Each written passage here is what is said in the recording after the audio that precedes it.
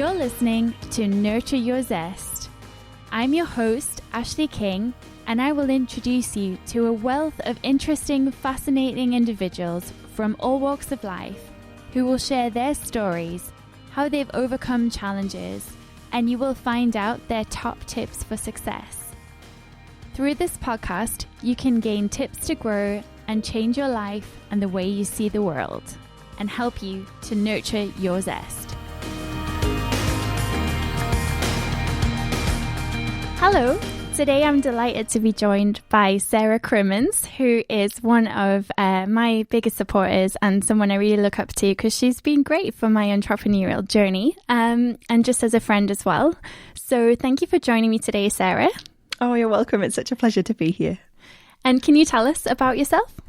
Yeah. So, where do I start? Wow, that's a big question, isn't it? I think a lot of people who are probably listening to this podcast will know me from Newcastle Startup Week because I co-produce and co-host that with Paul Lancaster, who's been on another one of these brilliant Nurture Your Zest podcasts. And I am an entrepreneur. I've been really on my entrepreneurial journey for a very long time, like since I was a kid, actually. I ran my mum and dad's coffee shop when I was like 18, but I then had lots of stints doing real jobs, inverted commas. And then my real entrepreneurial journey just for myself has been over the last around 7 years. I've been full-time self-employed for 6 years, I think now. So, yeah. Wow, that's quite a long time. I mean, as I'm not even through a year yet and I'm thinking, this is amazing. But I mean, it can be really hard at times, juggling lots of different things and especially leaving. I know we both worked at Newcastle University, especially leaving an institution where everything is, organized and there's resources and all of a sudden you become everything and you wear many hats. Where are the Post-its? Exactly. Where are the Post-its? So how did you get into entrepreneurship? How did you decide that you were going to take that plunge? Do you know, that's such an interesting question, and I find the same kind of answer comes from a lot of entrepreneurs. And my personal journey was, I was talking to a friend who I had been to university with. I went to Northumbria University and I did marketing management there. And he was working for this huge advertising agency in London called Publicis. And I'd come back from I was working in the NHS at the time, I think. I'd come back from what I called an innovation trip to New York. I'd spent 3 months there just soaking in all of the kind of inspiration, the street art, the different vibes, the drive, everything there. And I'd come back and I was like, I want to do something for myself, but I don't know what it is.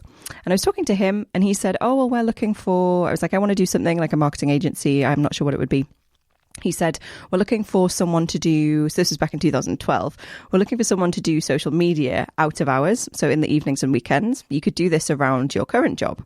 And I was like, oh, right, okay, yeah. He was like, maybe, we'll do it for a couple of months, see where it is, see where it goes. And so that was 7 years ago, actually, just this last week gone. It's exactly 7 years and I'm still working with some of the same clients 7 years on. So for what he thought and what I thought would be maybe a couple of months in 2012, we're still going in 2019 and into the far future as far as I can see as well.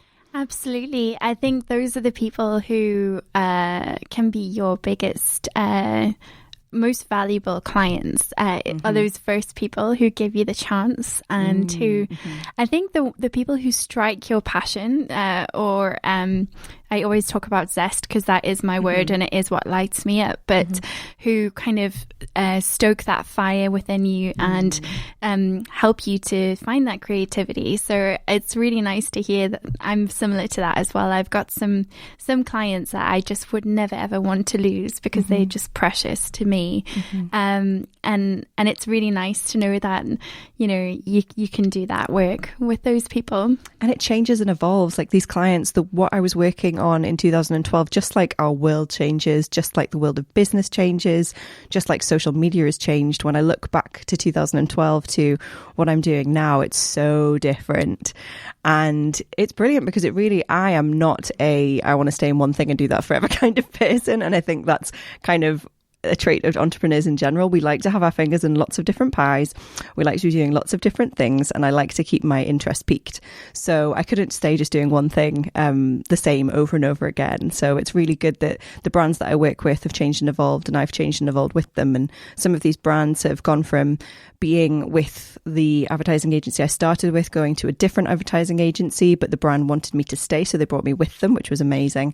And then I'm now working with the brands directly, so not even through an agency. I'm kind of just directly with the brands, which is a fantastic, really, really great experience. And I guess working with them directly, you're able to negotiate your terms a lot better? Well, so yes, in some cases.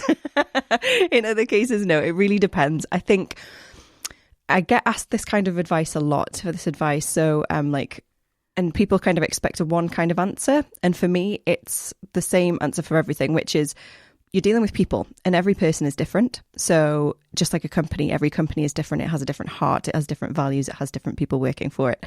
So you just never, ever get one size fits all.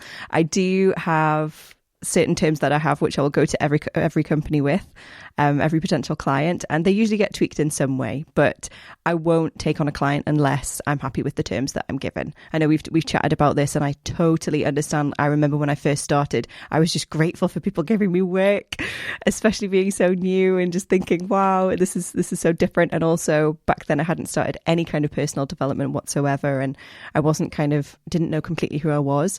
Whereas now I stand very firmly in my power, very firmly who I am, and I know what my skills and talents are and how much that's worth. So I'm very happy kind of putting quotes in and charging what I feel is value for the services that I provide. So it's become much easier, and it's so interesting because I remember starting out and thinking, looking at these amazing women, thinking, I wish someone would just lift me up, would just kind of take me, like see who I am, what I'm worth, and just take me on this ride. And now I'm kind of looking back and thinking, oh, I'm actually one of those people that I used to look up to. That might sound really up myself, but it's true. I really do think that I'm in the place now that I wanted to be. But now I can see so many other places I want to go to as well. And for me, especially, promoting and building up other women, especially in business, is really important to me. Men as well. Like I really want to just build up people who are dedicated to their profession, to their passion.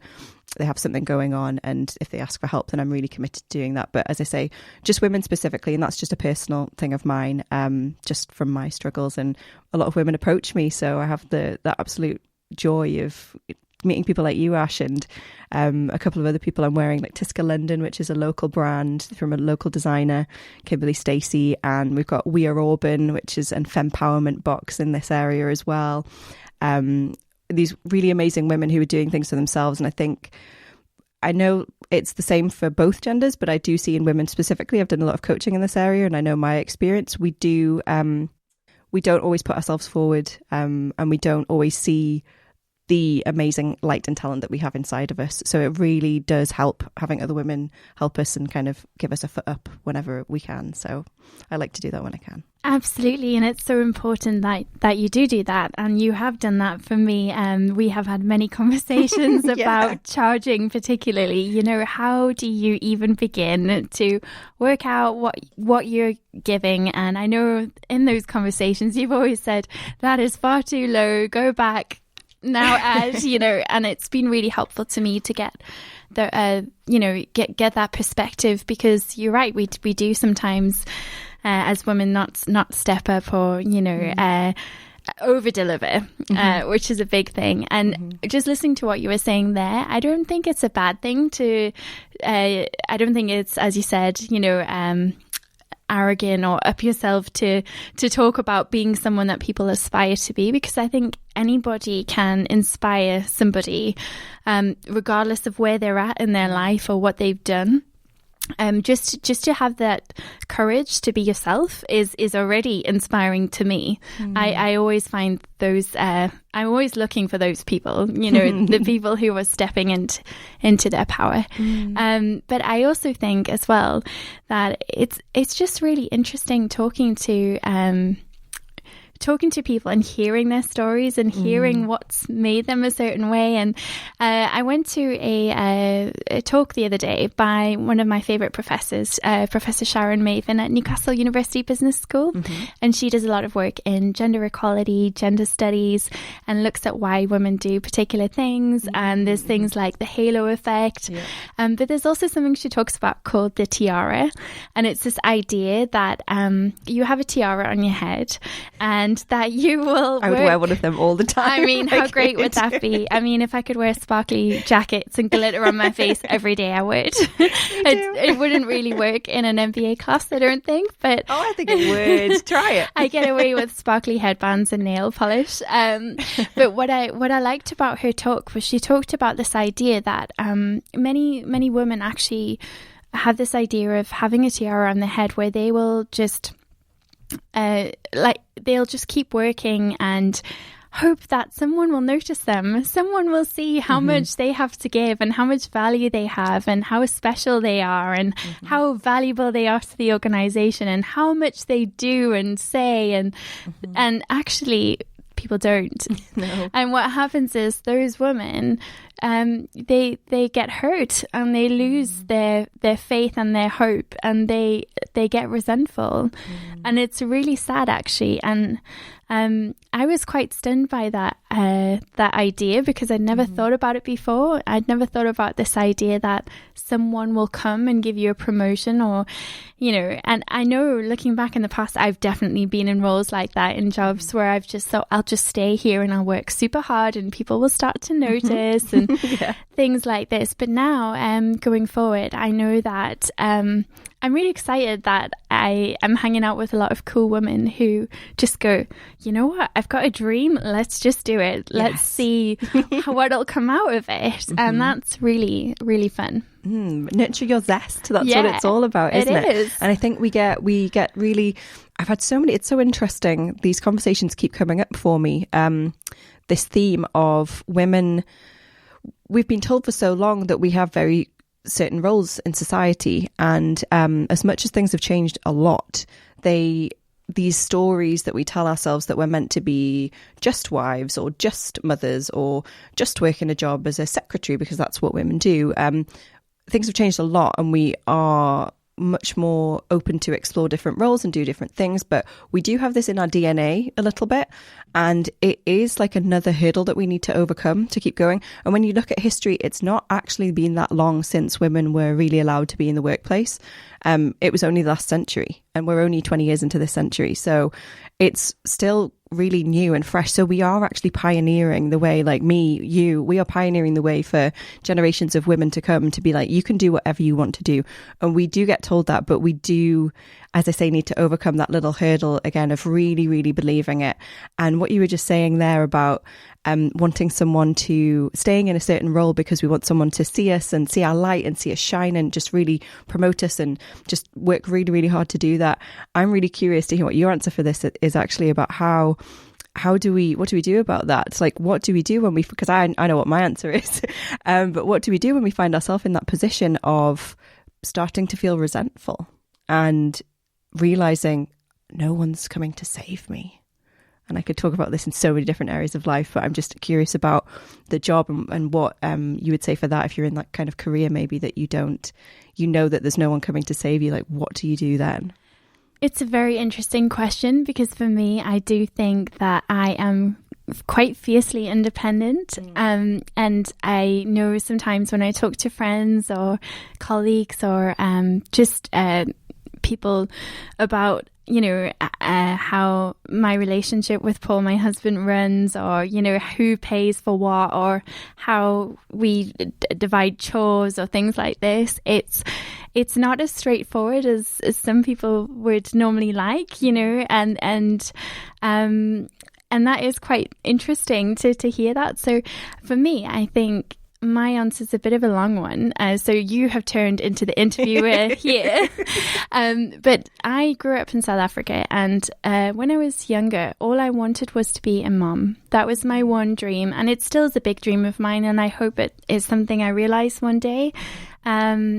it's a bit of a sad one for me because, you know, I've got a lot of goals and I want to achieve them first, but I'm starting to get older and the biological clock is ticking. Oh, that clock. You know, exactly. Real. It's real. So, but I also think part of being fiercely independent is that wanting to be a mom right from being 2 years old, I've always loved to nurture people and love them. And I've always loved babies or kids or just being encouraging and loving to things.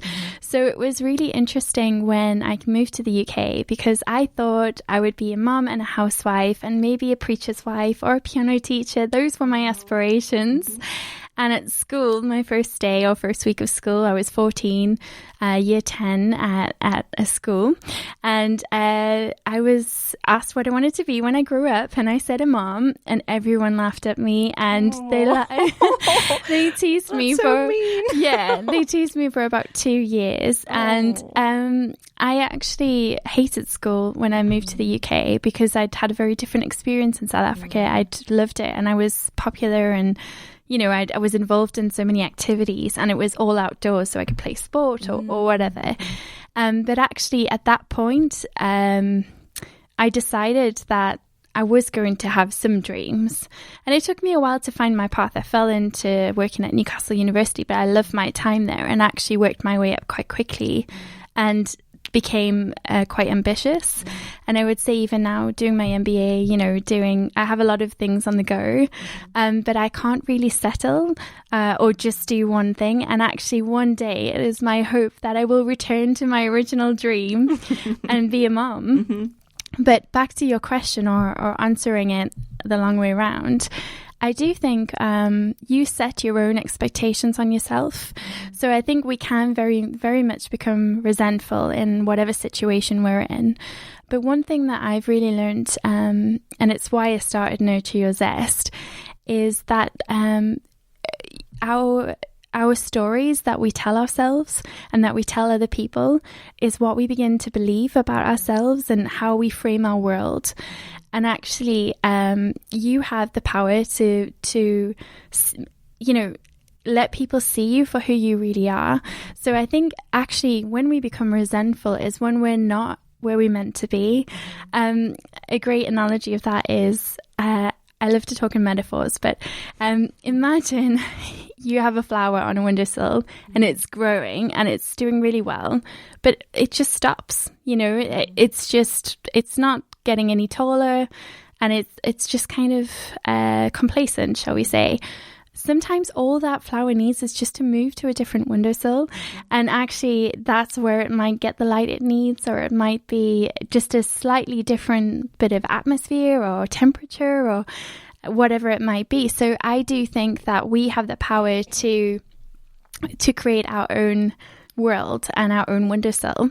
And I think by waiting for somebody to move us, we're actually we're wasting time. Precious time, yeah. But I think you have to discover that or find that journey on your own, and it's only sometimes through pain or, you know, realizing that you're on that windowsill and you want to move. It can be quite hard, you know. You can have these conversations with colleagues or friends, and until someone's ready to hear the words, it maybe doesn't soak in, which brings me to an important question for you, because you're a coach.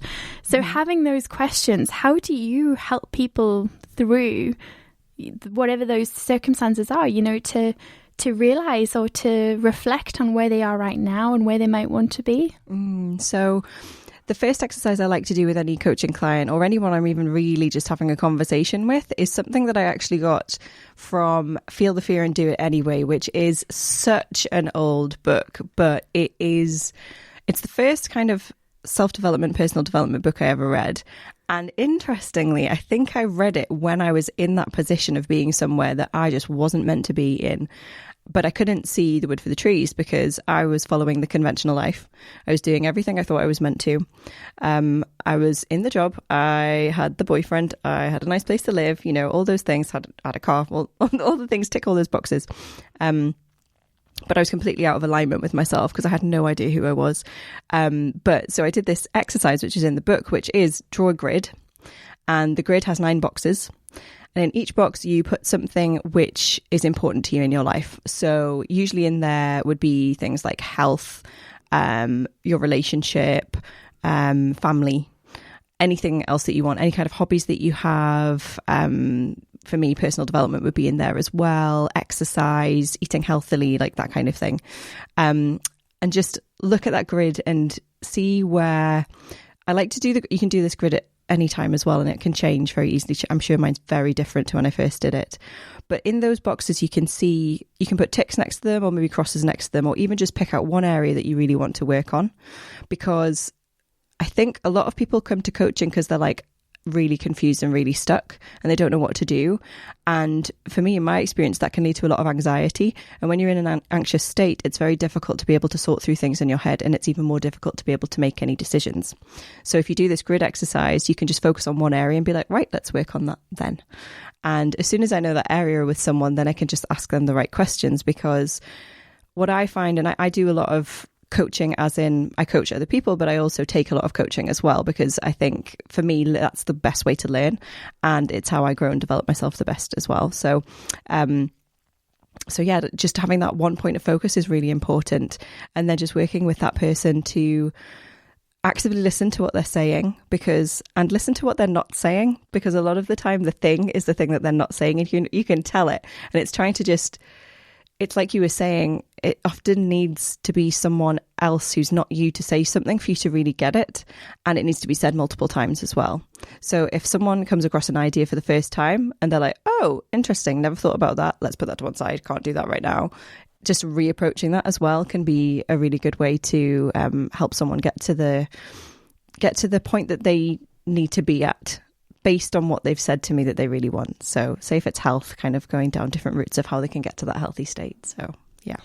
Yeah, I think listening and reflecting is very important. Actually, what is someone really saying, and do they realize it? And actually hearing it back can really have powerful impact. So I do have a question for you, since we're coming up to Halloween and it's a spooky time coming up. So much happening cosmically right now. Well, this is something I was leading to. So I don't know much about stuff like that. Can you tell me, I know that, I always like to ask people how they nurture their zest, how they lift themselves up when they're going through a tough time, or, what boosts their energy or their creativity. So how do you nurture your zest? Because I know you do it in a lot of ways, and I'd love to share it with the listeners. I do. So actually the way I nurture my zest has really changed recently, because over the last couple of months I've been dealing with some health issues. So that has meant that I was always a really go, like power through, loads of energy for everything. And I still am that person, most definitely. But I do not have the same energy levels that I used to. So for me now, my calendar is actually all oriented around self-care. So it's stuff like exercising. And now I can't do CrossFit because I don't quite have the right energy for that. And I'm also surrounding myself with feminine energy. That's another way that for me personally, I really tap into myself. This is about knowing myself as well. Really tapping in, drill into inside and listen to what do I need in every moment. And this is a practice. This isn't something that people just do. It certainly took me a little while to do, but what do I need right now? So even stuff like last night, I wanted to go to a women's circle that my sister was hosting, and it was going to really help me because there's anyone interested in astrology, there's a Scorpio moon at the moment, and that means that loads of things are coming up, from things like past relationships, past experiences, things that may have caused you a bit of pain, all of that kind of stuff. So if anyone's experiencing things right now and you're thinking, why am I thinking about this? Why am I thinking about this past experience? That's why. So I wanted to go to this circle because it was going to help me let go of a lot of that. But I was traveling there on the metro, and I was just saying to myself, as I was leaving the house, I was a bit rushed, and I was like, do you still want to go? And I was like, yes, keep going, just keep going. You can do this. It's going to help. And I got to, I think it was Jesmond metro station. I asked myself again, what do you need right now? And the very, very strong message came through. You need to go home and rest. So I got off the metro at Jesmond, walked around to the other state of the platform, and got straight back on the metro and went home again. And for me, in the past, that would have been a huge failure. And I did have to grapple with that frustration of not being able to do something that I used to be able to do. But for a lot of people, this is certainly resonating with me at the moment, we will find ourselves at times in our life where things change. And it could be health changing, it could be job changing, so we have a different schedule, could be the end of a relationship, so we suddenly have all this free time.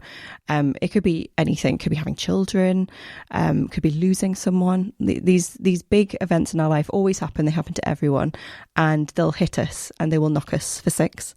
And it's about getting back up again and just reframing things and seeing things from a different perspective, because now I can see that this downtime that I'm having is about me surrendering to what is, accepting exactly where I am, and embracing this stillness, which I used to fight against with all my might. I just wanted to keep going and going and going. And what I'm realizing is I can integrate both, and I can still do things like this podcast, but I know that I need to have a snooze in the afternoon, and I need to make sure I've eaten something before I come here, and I need to probably not do anything after this and go home and lie on the sofa and watch Murder, She Wrote. Whereas before I'd have been like, let's go out for drinks, let's go partying. And now it's different. And so self-care is huge for me. And as I say, it's something that's not... I'm at the point now where it's not something that I just implement if I'm not feeling very well. It's something that is at the core of my daily, my day. Every single day, self-care is at the core of my day. And it's waking up, expressing gratitude and saying, what do I need in every moment, especially when I'm thinking, oh, what am I meant to be doing? So my work works around my self-care, which may sound very odd to most people. It certainly sounded odd to me until about a month or two ago. But now that's the way my life is. And I can honestly tell you that I am more in flow. I've got more clients. I have more money coming in. I'm doing less work. And I managed to have a relationship doing that as well. That's ended now, but gladly, because it wasn't the right one. All these amazing things have come to me just from slowing down and embracing the stillness and really prioritizing my health and self-care. And it's an amazing journey, and I'm still on it. And I also know that nothing is permanent. So these kind of health issues that I have now won't be forever. But I don't know whether I want to get back into the running on the hamster wheel and kind of going at 100 miles an hour. I quite enjoy this slowness. I would like to get back to CrossFit at some point, but it's good. So self-care is everything to me, especially right now. Absolutely. I really appreciate you sharing that, because I am definitely a go person. And it is my ambition one day to slow down. But I do think sometimes we do a lot when it suits us. I mean, for me, I have to do a lot right now because I'm doing an MBA and I'm juggling other priorities, and I love this podcast, and I grow so much through it. You know, I'm learning and sharing and meeting fab people. So, but I do think there is a value in taking rest and relaxing. One of the things that I've always struggled to get into is yoga. So I know a lot of people live and swear by yoga, but for me, when I do yoga, I just cry. I will do yoga and then I will sob for about at least 3 hours afterwards, sometimes during, and it's actually embarrassing. So I know... That's the point. Yeah.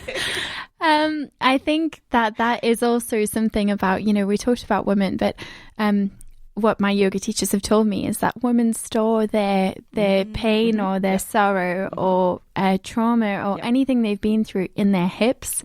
And actually, we don't realize that. So we just go. And actually, we don't know how much is stored in there that could have been living with you for years and years and years. So actually, my friends in class laugh at me because I always say, shake your tree.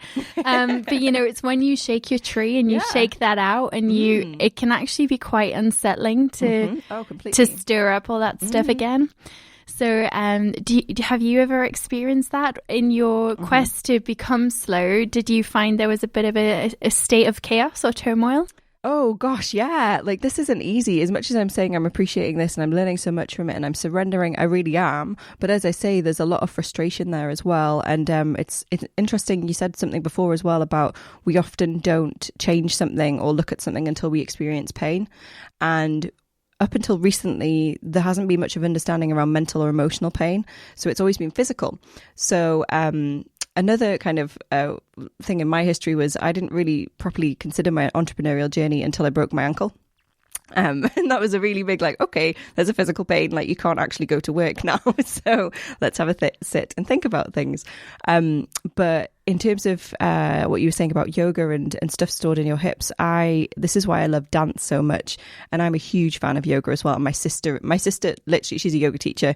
She trained last year in India, and she's just an advocate. She says it can literally cure everything or anything that you want.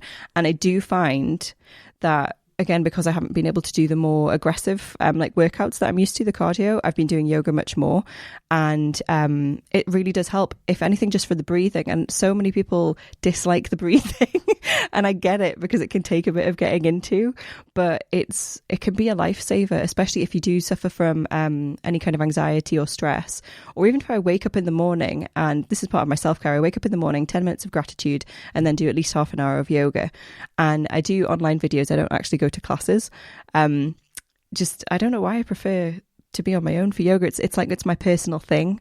And I suppose if I do cry, I can just sob to my heart's content without anyone seeing me. But yeah, there's a great online resource called Yoga with Adriene, a lady based in the US, and she actually does a workout of, it's not really a workout, well, it's a yoga video for PTSD.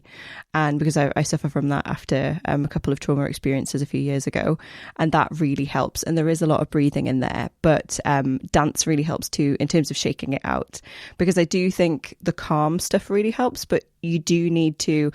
I've done tantra training as well, and a lot of personal development retreats, which has been about where trauma is stored and shaking. Actually, I always get told the story, if you see if conservationists are trying to help like a polar bear or something, they would shoot it with a dart to tag it, and it will shake because it's releasing the trauma from its body. What humans don't do, we just don't do that. But if we do actually shake our bodies, I remember actually doing this without realizing what it was when I used to have a really bad fear of, I had like vertigo, and I hated walking over bridges where there was water underneath. I'm laughing now. I had this really, really acute fear, but I was walking over Waterloo Bridge with my friends, and I walked over shaking my wrists the whole way. And I was thinking, what on earth am I doing as I was walking? But it helped me to get to the other side. And now I realized that it was me literally shaking the trauma away from my body. And it really, really does help. And yeah, the hips, I'm forever stretching my hips. And a lot of women, we do tend to sit at desks for work as well. So for me, I highly advocate doing 20-minute stints. And I know people are like, oh, but I need to concentrate on something. You can concentrate for 20 minutes, get up for 2 minutes, concentrate for 20 minutes, and it still works.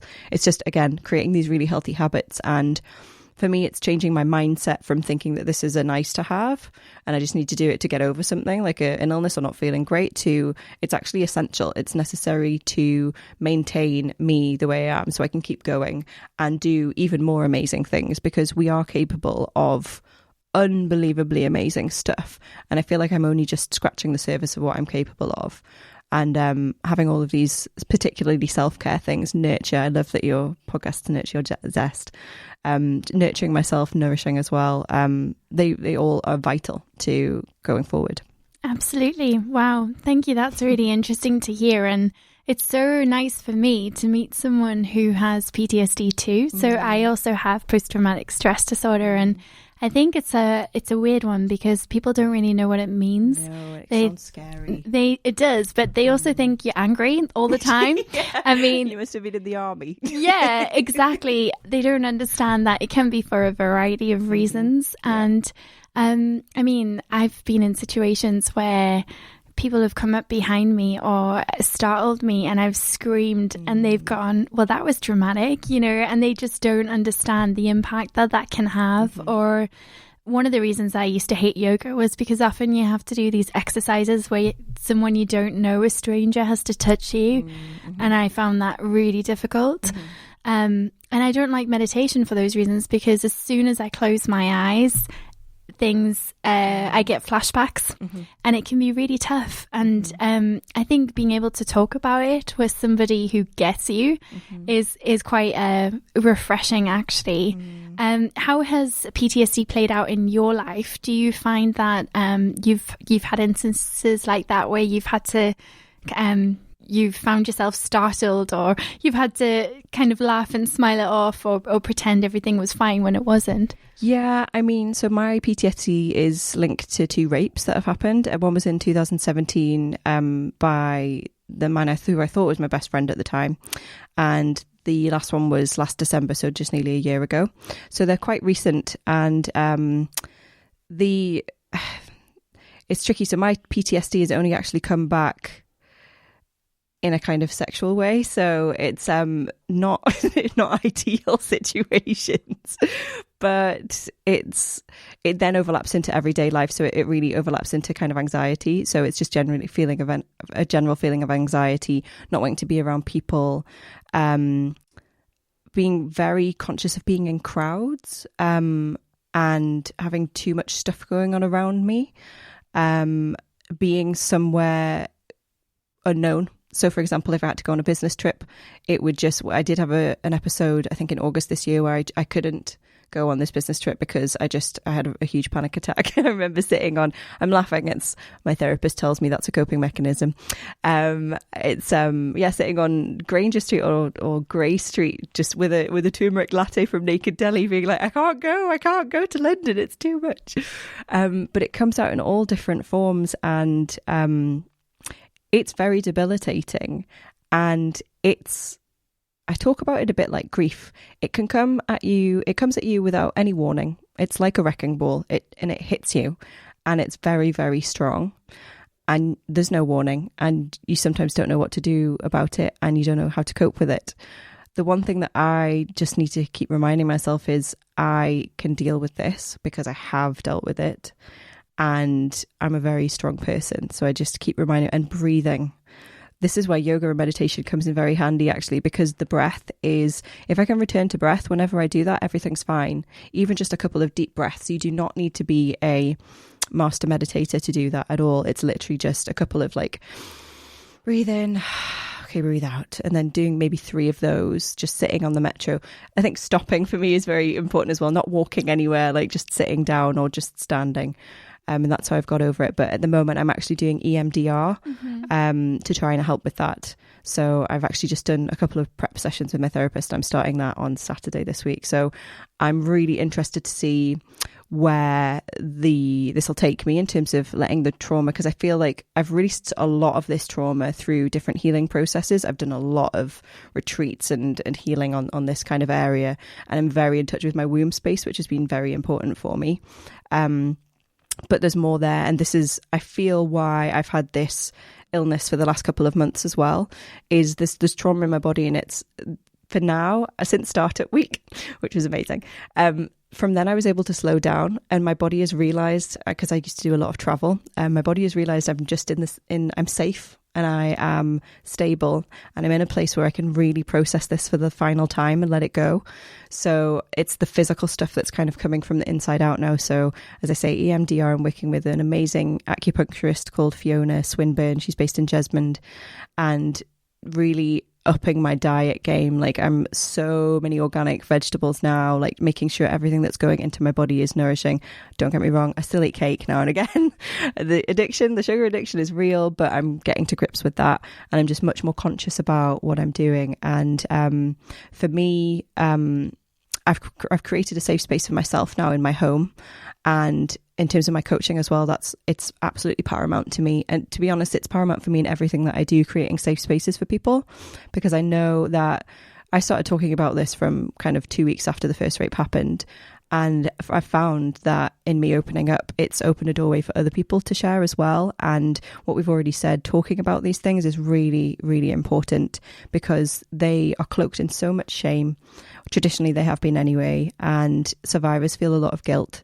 And we've got enough to contend with without feeling that. So if we can share with someone else who knows this situation or who has been there themselves, then it really makes all the difference. And I think people hearing about these things as well, and people coming through them, it makes people realize that this is a really big issue. And the rapes is where my work with men came from, really, because I was working with women before that, and I realized I was treating more the effect rather than the cause.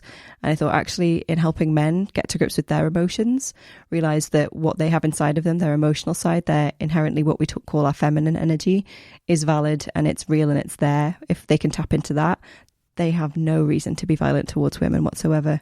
So that's kind of the reason behind that one. And I've taken a bit of a step back from that now, just because of these health things and needing to really surround myself with that really, really nurturing feminine energy, which some guys can give, but it's not there quite yet. So yeah, surrounding myself with women is really, really helpful. And just having that support network and that feeling of safety. It's, if we look at Maslow's hierarchy of needs, that's our base need. And when I look at and I see people, I meet people who've experienced this trauma, it really shakes that. And if we're working on a rocky foundation, we can't really grow, we can't build ourselves up to our potential.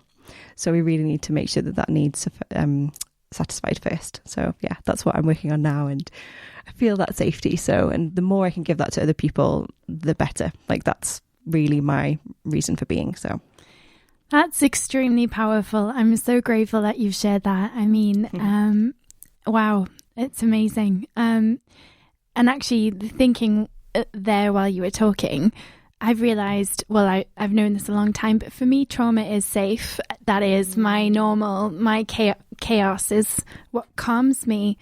And I know that it won't always be that way, but that is part of overcoming PTSD. So like you, I've also had very similar circumstances, except from a very young age. And I think that can really damage your self-worth and shame. The stigma that's associated with rape is incredible.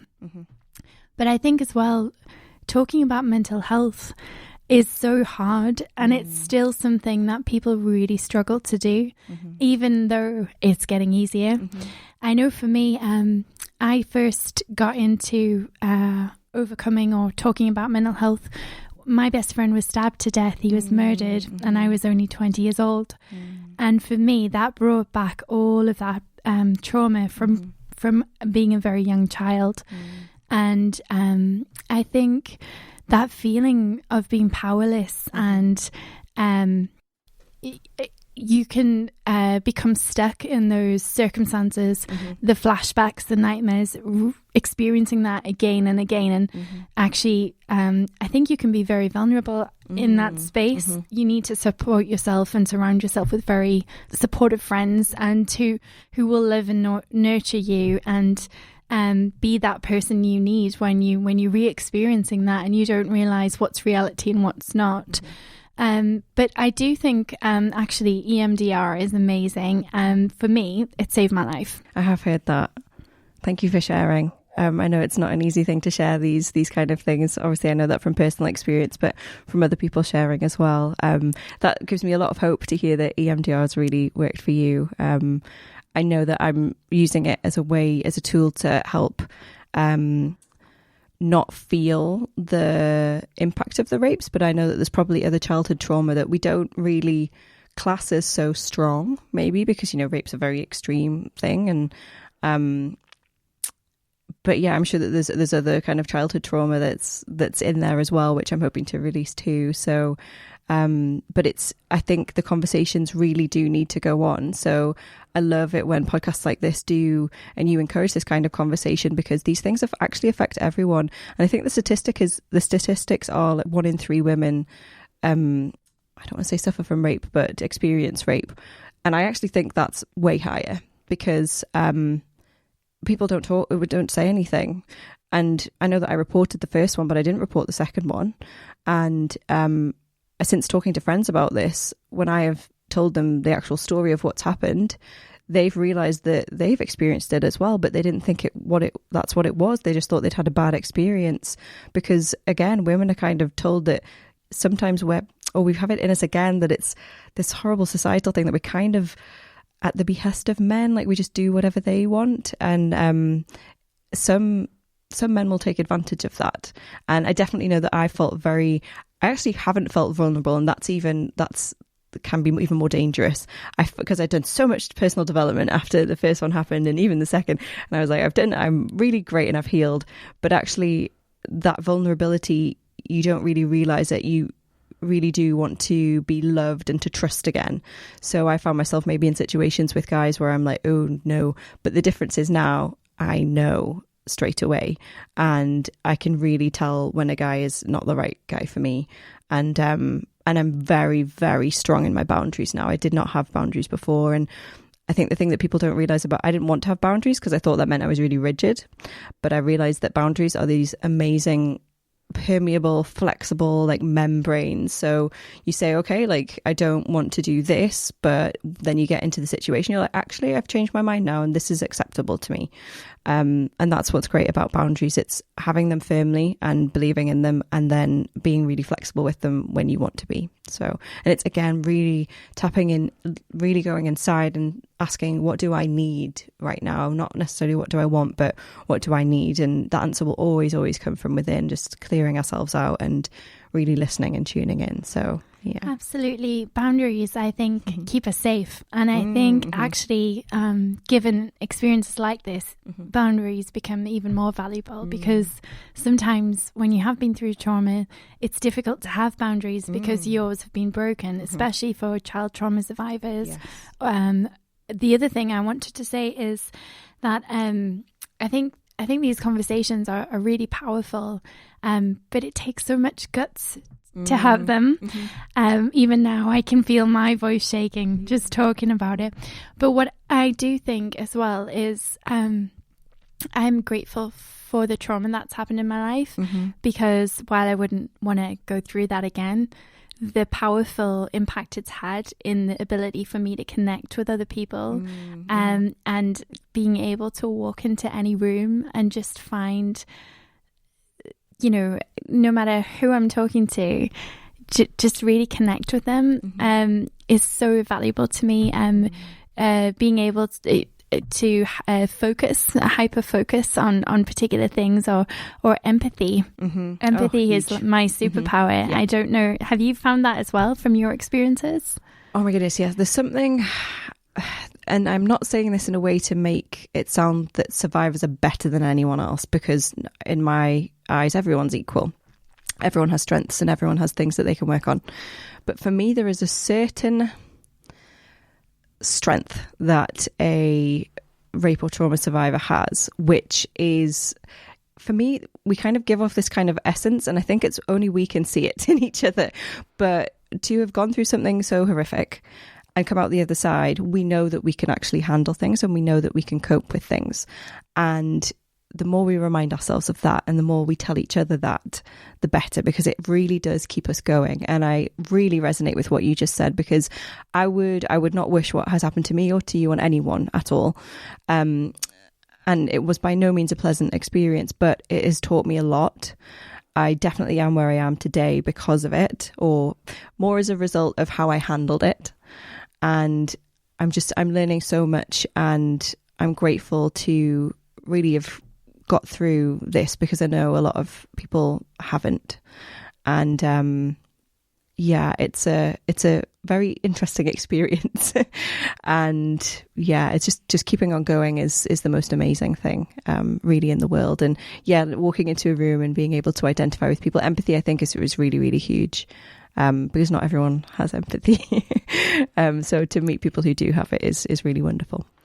Absolutely, thank you.